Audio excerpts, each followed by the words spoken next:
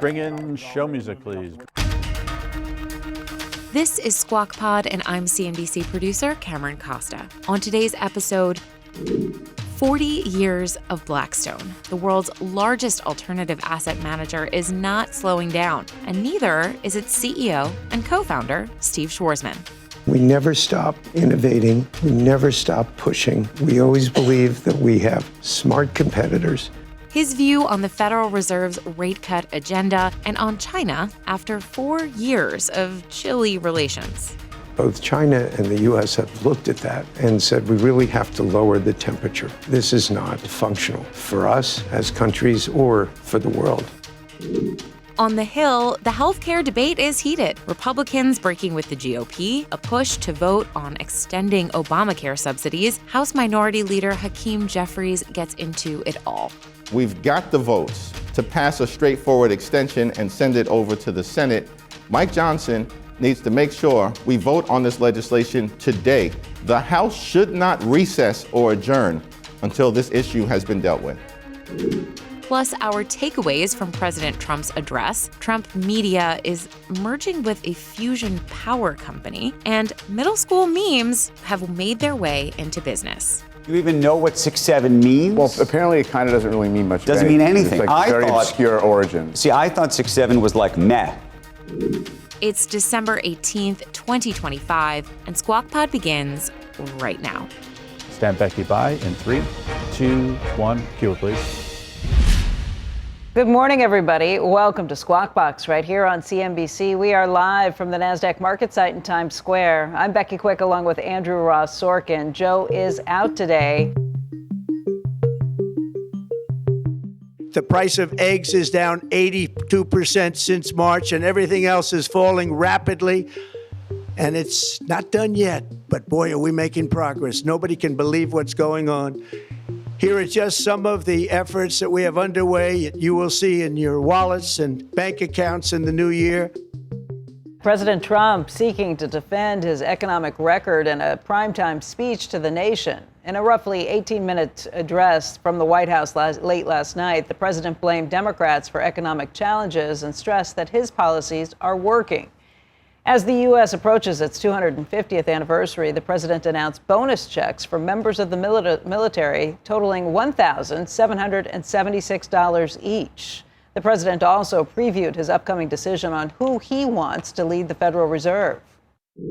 I'll soon announce our next chairman of the Federal Reserve, someone who believes in lower interest rates by a lot, and mortgage payments will be coming down even further.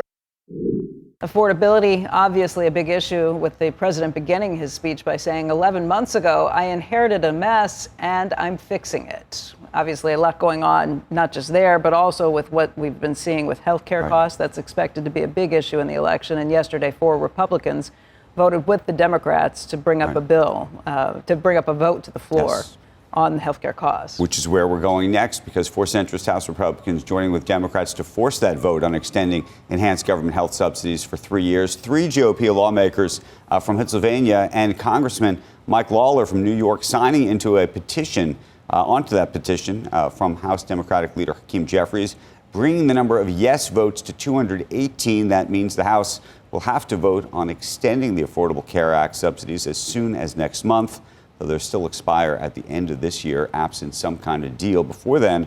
Also yesterday, House Republicans passing a health care package without subsidies. And we're going to get the latest on all of this when House Minority Leader Hakeem Jeffries joins us live. OpenAI has held early talks with investors about raising money at a $750 billion valuation. That's according to a report in The Information. It said the maker of ChatGPT could raise as much as $100 billion in this next funding round. A $750 billion valuation would represent a 50% jump from OpenAI's reported $500 billion valuation back in October. That followed a deal in which current and former employees sold more than $6 billion worth of stock. What do you think of that valuation? I mean, look, if you keep going up, I think it'll be $1 trillion by the time they actually go public? By the time you get to public. I mean, which, by the way, gets to the other question, which is, do you want these companies to be public earlier? To be private for so long. To be private for so long, or do you want them to be public earlier? And what we don't know is if you do believe we're in some kind of bubble, then maybe you don't want them to be public earlier. Shares of Instacart falling this morning. They're off by about 6.6%. That's coming after a Reuters report says that the FTC is investigating the company's pricing practices. Last week, a study showed that prices for the same products in the same supermarkets could vary around 7% because of an AI pricing tool that it is allowing retailers to use.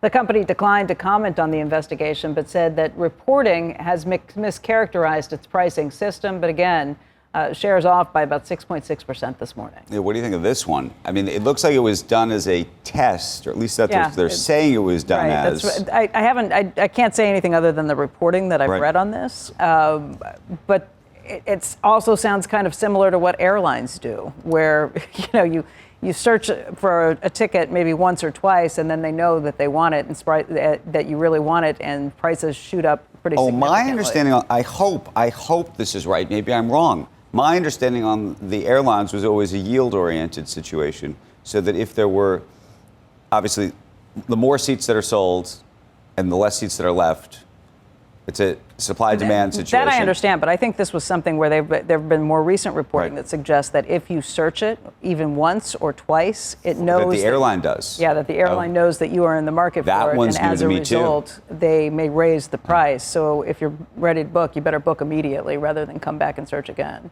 Ooh, that I did not know. Yeah, but look, for grocery prices too, I can see where the FTC would get a little concerned about this. If you feel like you're not getting the best deal, I can understand the retailer's perspective of, I want to squeeze as much as I can out of somebody who's willing to pay more.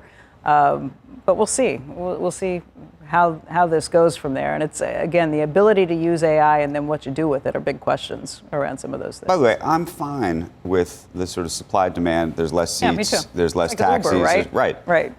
Uber on New Year's Eve, you're going to pay a lot more money for it. And maybe I'd be okay with it if there was, one last jug of milk. I don't think it's that. But I don't think that's what we're talking about here. Right. That's what I was going to say. I don't think it's a supply and demand issue, but I'm saying maybe if it was under that umbrella, I don't know. Yeah. Meantime, the economic... that's price gouging, right? Like at a hurricane, that's price gouging on the other end, right. You get the last case of water during a hurricane situation. Yeah, sure, but then you'd also say that airlines are price gouging and that Uber's price gouging. Yeah. Becky's going to be with us again in just a moment. She's making her way over to Blackstone's headquarters right here in New York for a big interview with that company's CEO and co-founder, Steve Schwarzman, the legend that is. She'll be joining us a little bit later in the hour with that conversation with Steve. Mike Santoli is joining us as well. Meantime, we got some deal news, and this one's interesting. I think we're all still scratching our heads a little bit trying to make sense of it. The Trump Media and Technology Group announcing plans to merge with TAE Technologies. It's a fusion-powered company. It is backed by Alphabet's Google and Chevron, and it's an all-stock merger valued at more than $6 billion. And upon closing, Trump Media will be a holding company for its current portfolio of media brands, including Truth Social, and then as well as the power brands owned by TAE. So you're looking at sort of a conglomerate of sorts. I think there's an argument to be made that to the extent you think that Truth Social or Trump Media stock was overvalued, here's an opportunity for them to use that stock to buy another company, that private company, sort of a Trojan horse to take that company public in some ways. And, I don't know. I mean, I would think of it as, first of all, Trump Media is also kind of, sort of pivoted toward crypto and said they're going to do payments and asset management, other things. It seems to me this is exactly the type of alternative energy play that has excited parts of this market, right? It's the nuclear reactors in space, all this other stuff that, you get this kind of pie in the sky type of potential energy source. Not a lot of fundamentals, if any, right now. And it makes for a perfect way to harness some of that investor energy and kind of change the character of the stock and the story behind it. Right. So it's a shift. Yeah. We're going to probably have to do some digging to understand more of some of the personalities behind it, why they would do this. Why this particular Well, the other flip side is if this company has so much promise, backed by Google, backed by Chevron, why go public this way? Meaning, why not go public on your own? Well, $6 billion in shares that are now up 28%. Well, but that's the question. Is that the answer? And by the way, do they stay there Yeah. It's an interesting approach. Many questions for sure. You bet. Okay. Meantime, Southwest Airlines jumping in on the 6-7 trend. And when I say 6-7, for those who have kids, 6-7. You know about the 6-7? Right, the airline offering $67 basic economy fares on select Tuesday and Wednesday flights between January 6th and March 4th, calling it the trendiest sale ever. The deal running through December 18th applies only to flights within the continental U.S. So 6-7. I have children who say this to me all the time. Yeah. 6-7. We're a little they do past this. that. They do. Do you know about this? I know about it, but I'm a little beyond it. Do you even know what 6-7 means? Well, apparently it kind of doesn't really mean much. Doesn't mean anything. It's like very obscure origins. See, I thought 6-7 was like meh. Right. Sort of because between 6 and 7 would be like a 65. Right. And that would be sort mediocre. of like mediocre, meh, 6-7. But apparently I'm told that is not the case. Right. Right. The meaninglessness is the point in a way, I think. It's just viral. So, but I mean, once the companies start to seize on it, you have to imagine it's running its course. Yeah, the trend among the kids is late. Cheese will be next. Next on Squawk Pod, inside the heated healthcare debate on Capitol Hill with House Minority Leader Hakeem Jeffries. Tens of millions of Americans are going to experience skyrocketing health insurance premiums, in some cases increasing by $1,000 or $2,000 per month. And 90% of the people who rely on the Affordable Care Act tax credits make around $63,000 per year. We'll be right back.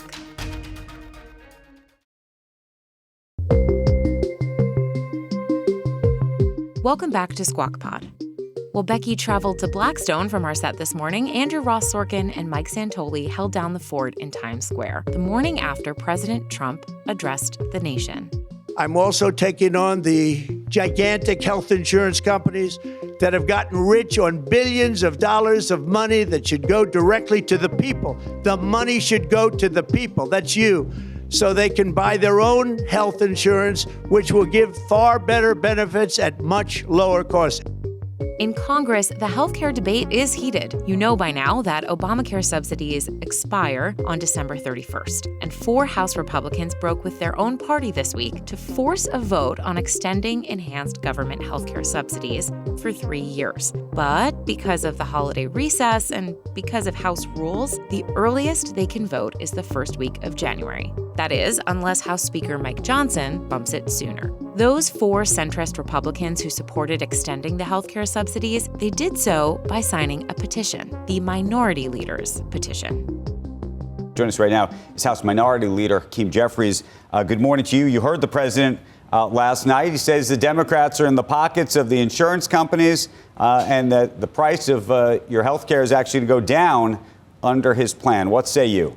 Well, good morning. Great to be with you. The Republican health care crisis is devastating the American people, and Donald Trump has zero credibility on the issue of health care.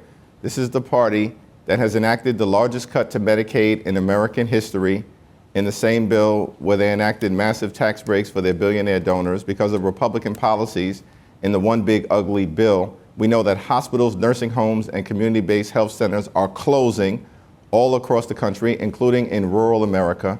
Republicans have launched an all-out assault on the Centers for Disease Control, the National Institute of Health, the Food and Drug Administration, on vaccine availability for children, and now Republicans are refusing to extend the Affordable Care Act tax credits, which means that tens of millions of Americans, working class Americans, are about to experience dramatically increased health insurance premiums. We are working hard to decisively confront this Republican health care crisis and fix our broken healthcare system. Leader, but let me ask you this. And I recognize the complications of and costs to the American public. There is a question, and maybe you'd say it's a longer term question that has to be dealt with later, but the true question ultimately underneath all of this is how we're going to actually lower the costs of healthcare in America. And when I say lower the costs, not just lower the costs for individuals, meaning in the moment subsidize it, but how we actually change the market dynamic at play and whether what you have proposed even tries to address that at all or frankly exacerbates it. What we've proposed at the moment relates to the fact that the Affordable Care Act tax credits are going to expire on December 31st. And no one disputes that if that happens, tens of millions of Americans are going to experience skyrocketing health insurance premiums, in some cases increasing by $1,000 or $2,000 per month. And 90% of the people who rely on the Affordable Care Act tax credits make around $63,000 per year. These are working class Americans, everyday Americans, and middle class Americans. And so we've got to make sure that we don't allow these tax credits to expire. At the same time, you raise a very good point, Andrew, that the healthcare system is broken and we need to fix it. We want to fix it in a comprehensive way, in a bipartisan way. But that actually requires Republicans deciding to abandon their my way or the highway approach to everything, which is what has led to the extremism that they're jamming down the throats of the American people, and the fact that everyday Americans, voters, are rejecting that extremism, as we saw in the off-year elections last November. Leader Jeffries, you mentioned that the vast majority of those who use the supplemental subsidies for the ACA are, well below, kind of the wealthy thresholds that the Republicans are talking about, which is 4 times the poverty line. Is that in play in terms of a negotiated agreement here? They keep talking about that as maybe a sticking point. How does your party feel about simply having an income cap for these subsidies? We have a bipartisan coalition right now that supports, in the House of Representatives, that's every single House Democrat and at least 4 House Republicans, supports a straightforward extension of the Affordable Care Act tax credits. Time has run out. Republicans have had all year to deal with this issue and have chosen not to do it because they were focused on passing their one big ugly bill, which they enacted with great urgency months ago. The largest cut to Medicaid in American history, the largest cut to nutritional assistance in American history. They literally ripped $186 billion away from SNAP. That's food from hungry children, hungry veterans, and hungry seniors. And why did they do all of that? So they can enact massive tax breaks that they made permanent for their billionaire donors and skyrocketed the debt by over $3 trillion. And now, at the 11th hour, time has run out. And we've got the votes to pass a straightforward extension and send it over to the Senate. Mike Johnson needs to make sure we vote on this legislation today. The House should not recess or adjourn until this issue has been dealt with. So what is your expectation? You say you have the votes. You'd mentioned the 4 Republicans that have come on over to join you. And then the Senate seems like it's kind of a no-go no matter what. So, I mean, what are we looking at come next week? Well, what's interesting about the Senate is that there are a majority of U.S. senators, Democrats and Republicans, who've already supported, in the vote that took place a few weeks ago, a straightforward extension of the Affordable Care Act tax credits. And so once we send the bill from the House over to the Senate, then the Senate can negotiate a path forward that enables them, hopefully, to break the filibuster and get something done for the American people. We can work on this issue in a bipartisan way, as has now been demonstrated in the House of Representatives. We do need some presidential leadership. Part of the issue is that Donald Trump still seems to believe that the affordability crisis is a hoax. In fact, he's said that repeatedly. Costs haven't gone down in this country. Costs have gone up, despite the fact that Donald Trump did promise, his words, not mine, that costs would go down on day one. Housing costs out of control, grocery costs out of control, electricity bills out of control, healthcare costs out of control. Action needs to be taken in all of these areas. We're prepared to work with our colleagues on the other side of the aisle. We just need good faith and Republican leadership. Talk about costs getting out of control. You mentioned healthcare. Interestingly, you look at employment in America over the past year, and actually it is the healthcare industry where so much of the employment has come from. What do you make of that? Well, listen, I think we've got to take a look at the economy as a whole and all of the individual sectors.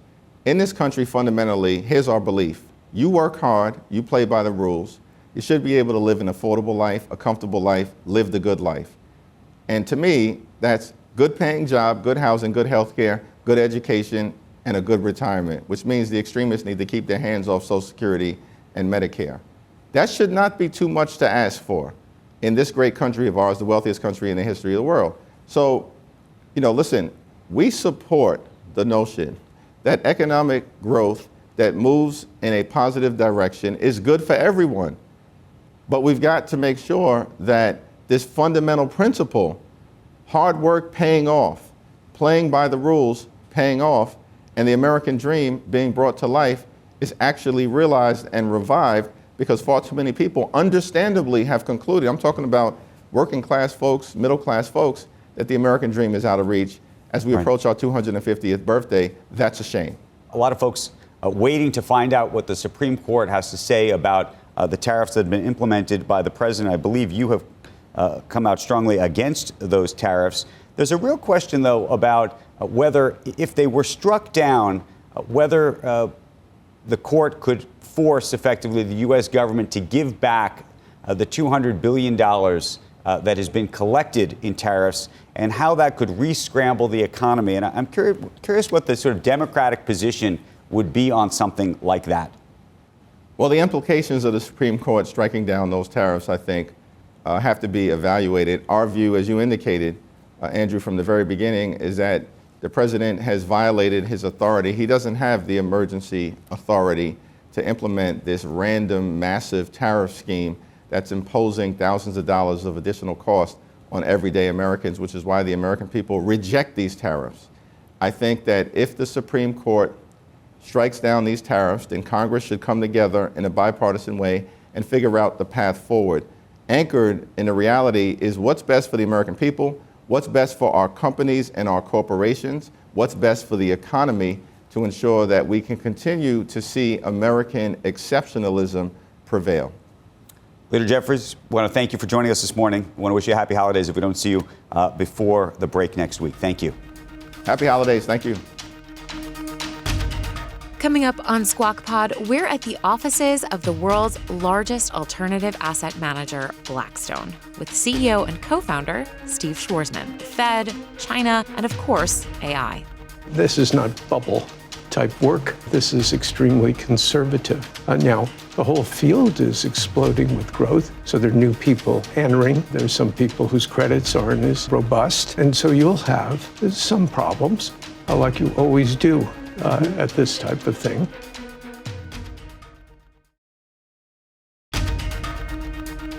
You're listening to Squawk Pod. Here's Becky Quick.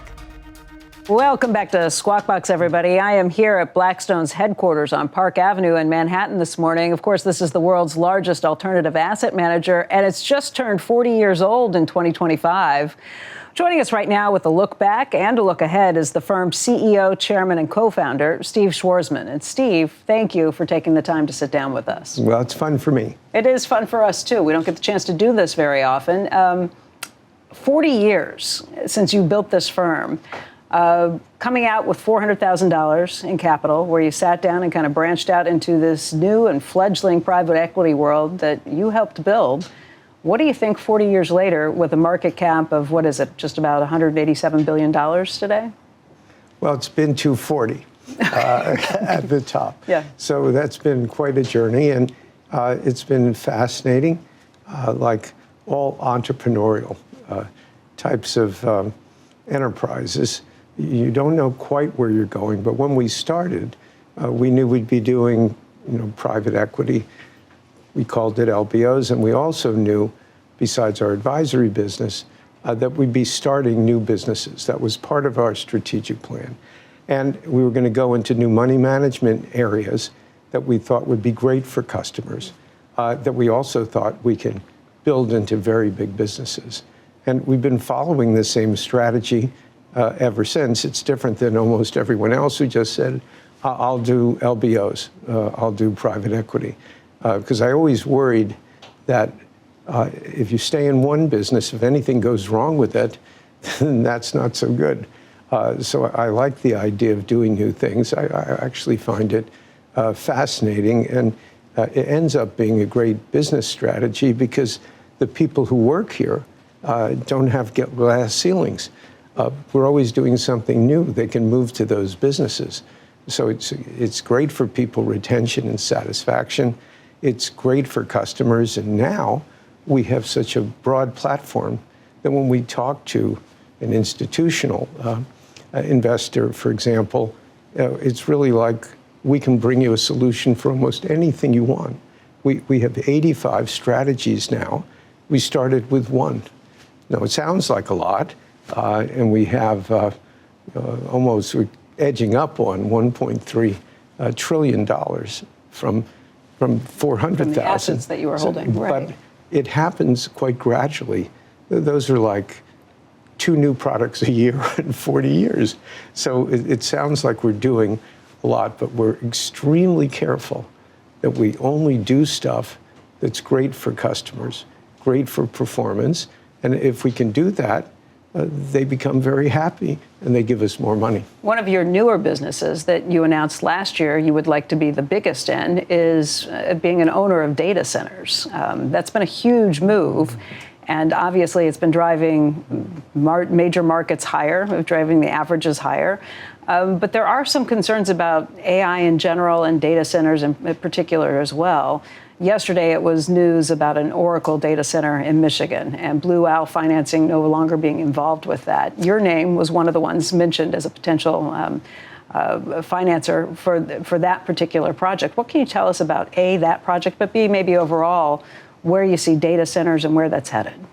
Well, AI, as you know, Becky, because you covered in 2018, 2019, a gift I made to MIT to start their College of Computing for artificial intelligence at the time. That was a big deal, but you were far ahead of your peers and where everybody else was. And that was way before, ChatGPT. Yeah. And so we saw that there would be a new world being created by artificial intelligence. And, it's a bit like Thomas Edison inventing the use of electricity in the 1880s with the electric light bulb. And that's sort of what's happening now. And you need the data centers to create the use of artificial intelligence. And so we could see there'd be an explosion in this area. And we bought a company called QTS. It's a $10 billion purchase. For $10 billion in 2021. And it's now 14 times the size in 4 years. So what do you tell people, though, who say we're at a bubble in AI, we're at a bubble in data centers? Do you think that's the case? Well, I think what's happening is that we've got rapid expansion.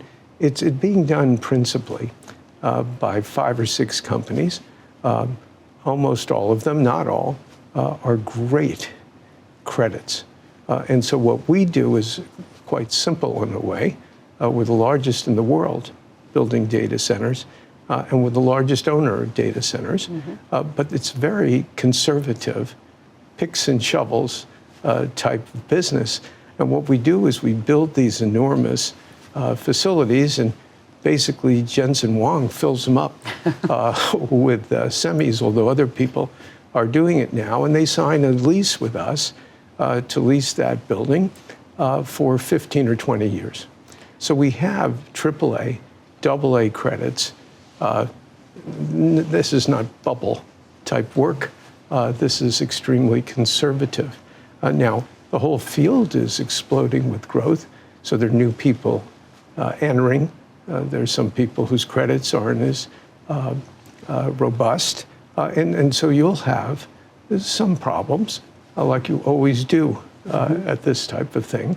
But we will power through this. And there's going to be a profound change in the world looked at 5 to 10 years from now. Steve, let's talk a little bit about private credit, too, because that's another area where Blackstone has excelled. There have been some issues that have popped up, bankruptcies that showed up that people said, oh, this is a problem of the private credit markets. I think you've had a different view on that. Well, those bankruptcies that showed up, there were 3 of them, happened to be done by the banking system, not by private credit. Private credit's been around for quite some time. We've been doing this for over 20 years. And the results have been terrific for the investors, for the companies, and for the overall system. It's much more conservative, very lowly leveraged extension of credit compared to the banking system that's leveraged 10 to 1. We're less than 1 to 1. And instead of taking deposits, which people learned in Silicon Valley Bank when they want their money back, that could be a problem. Well, we're match funded. So people can't get their money back if it isn't appropriate in terms of timing. So we have a very safe business, and it yields about 200 basis points more than leverage loans. And so it's growing rapidly, and for customers who borrow from us, they just deal with us. They don't have to syndicate their products. It's much faster. And instead of having a range of cost, we tell them exactly what they'll get. And as a result of that, we're the largest in the world doing this. And we've had great results. And the stuff that's in the press recently is really quite excessive and doesn't reflect what's going on. In terms of questions about private credit. What's that? Stuff in the press in terms of questions about private credit. Yes. Yeah. We look at it and say our results are going along quite consistently.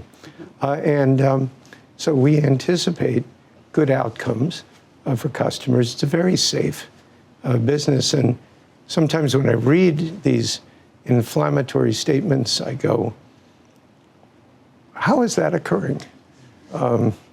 So I think every once in a while, we hit a public relations issue. You power through it with your results, and then we go back to business just the way it was. When we were sitting down just a moment ago, someone walked over to you, showed you their iPhone, and you went, whoa. I asked what that was, what you were reacting to. It was the CPI data. It was much lower than most people had anticipated. Not lower than you were thinking, but you're finally seeing the print of what you've been talking about for a time, that inflation is less than the numbers are kind of showing. Yes, well, we've been quite public. When you go public and say things are going a different way than the rest of the world, I guess you're at some intellectual risk of some type. But we understood that the real estate component, which is about a third of CPI, was being measured in a way that was inconsistent with what we were seeing happening on the ground. And even still, the numbers that are being used as part of CPI are still much too high in real estate inflation. And if you adjusted it, we're actually quite close to 2%. And so I think the Fed has, in effect, done its work. And I'd look forward to other cuts now because they have 2% as their target, and they're really very, very close to that. So it's not really 2.7 the way we look at the numbers, and we've been right. What do you see in the actual the real estate portion of CPI? What do you see, at least in your numbers? Well, if you look at, in effect, what is happening in apartment rents and so forth, I think they're saying the whole category is like 2.7, and we're seeing it like at 1.2, for the whole real estate area, and that's a third. So that gets you much closer to the 2% number. And the way the Fed measures, they actually get to that number, but it takes them 9 months to a year. And we live in the real world where you have to get there right away. So I think there's reason for optimism here. And that division that the Fed had, that at least was reported, I would anticipate there won't be much division in the future. Steve, you are someone who has been close to the president, President Trump, in his first term and also in the second term. It's been reported that you're helping negotiate a settlement with Harvard University. We've even heard that you have told him a little bit about what you think about the potential for a next Fed chair. Do you tell him what you think in terms of inflation and where things stand and whether the Fed should be cutting rates at this point? Well, I always tell people who ask me, except major television figures, where I can't just say certain things. When people ask me, I tell them what I think. Yeah. I found that to be a simple way of dealing with people, and they expect you to do that. So I give feedback when when I'm asked. Yeah. And has he asked you about these things? I would imagine he has. I can't tell you stuff like that, Becky. I understand. Let's talk a little bit about China, because you are somebody who has been a China booster for a long time and making sure we have a relationship with China. But I think you've also had some concerns about where things have headed, just in terms of our relationship with them and what we get back from China, too. Where does that stand right now, that relationship between the two superpowers? Well, China and the U.S., just to set a stage very quickly, have about 42% of the global economy. People don't typically understand how dominant these two countries are. And so it's essential that they have a functional relationship, given the impact on the world of not doing so.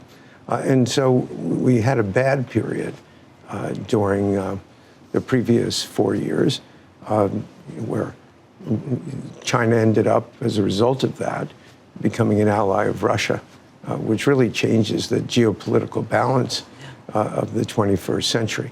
And I think the good news is that after a lot of breaking apart, and threats, if you will, over rare earths and what that'll do to the Western economies, I think that both China and the U.S. have looked at that and said we really have to lower the temperature.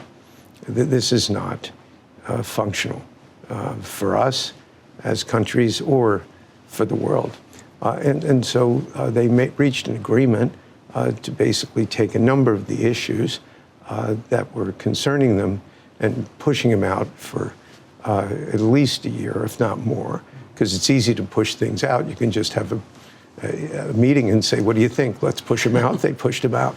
And that was a good job done by the president and by Scott Besson. And I helped him out a little bit too. So they've agreed on at least 2 meetings, maybe as many as 4, between the 2 presidents. Now, that's a big symbol in China.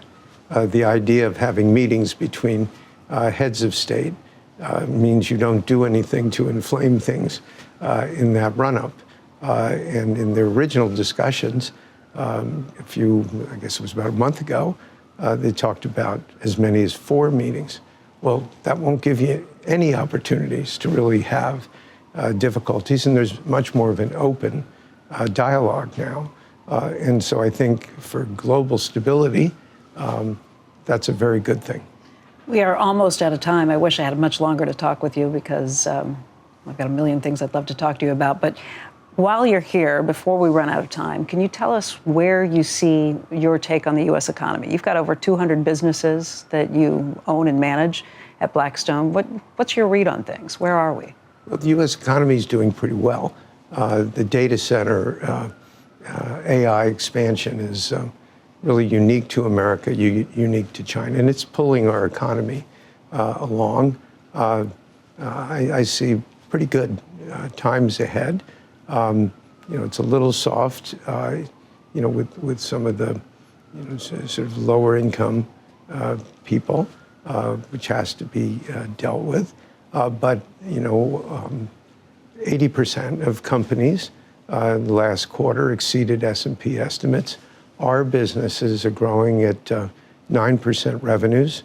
That sounds like a pretty good number because we have roughly 275 companies and over 250 billion of revenue. And the people running those businesses are quite optimistic. But I would say in closing that we appreciate your relationship with us over the years. You said you've been at CNBC for 20 years. That's half of our 40. And so it's fun to deal with you. And it's also a proud moment at Blackstone. All of our businesses are pretty amazing. And we've been a pioneer in every area. And we've sort of shown the way for a different type of company in finance. I'm really quite pleased, but that was yesterday. There's the future. And we never stop innovating. We never stop pushing. We always believe that we have smart competitors, and our job is to stay ahead. And that is why you've made it this far in 40 years. Steve, we thank you very much. It's an honor to be here with you today.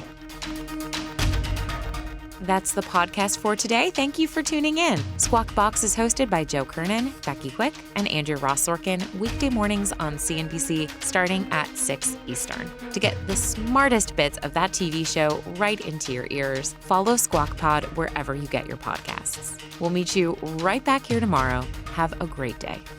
We are clear. Thanks, guys.